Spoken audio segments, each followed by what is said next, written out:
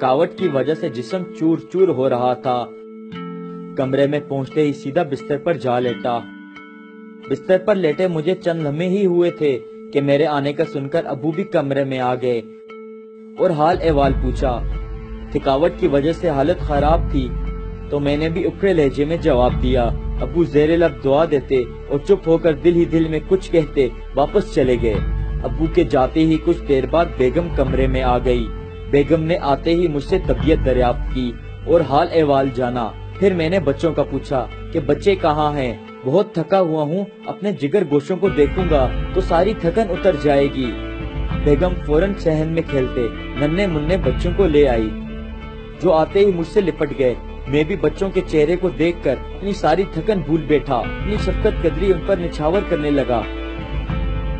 लेकिन चंद लम्हों बाद ही वालिद मोहतरम का झुर्रियों भरा चेहरा आंखों के सामने घूमने लगा कि वो भी शफकत कदरी से मजबूर अपने बेटे को देखने आए थे, लेकिन मेरी बेरुखी के बायस वो मेरे पास न बैठ सके।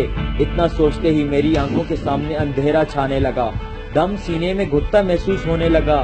बच्चों को छोड़ा और दौड़ता हुआ वालिद मोहतरम के कमरे में जा पहुंचा, जो अपनी चरपाई पर लेटे न जाने किन सोचों में गुम छत को देखे जा रहे थे। मैं उनकी चरपाई पर उनके कदमों में जा बैठा और उनकी टांगे दबाने लगा। अब्बू फौरन उठे और मुझे सीने से लगा लिया। न जाने क्यों हम बाप बेटा फूट फूट कर रोने लगे। मैं तस्लीम करता हूँ कि ऐसी राहत मुझे कभी नहीं मिली जो बाप के सीने से लिपट कर मिली।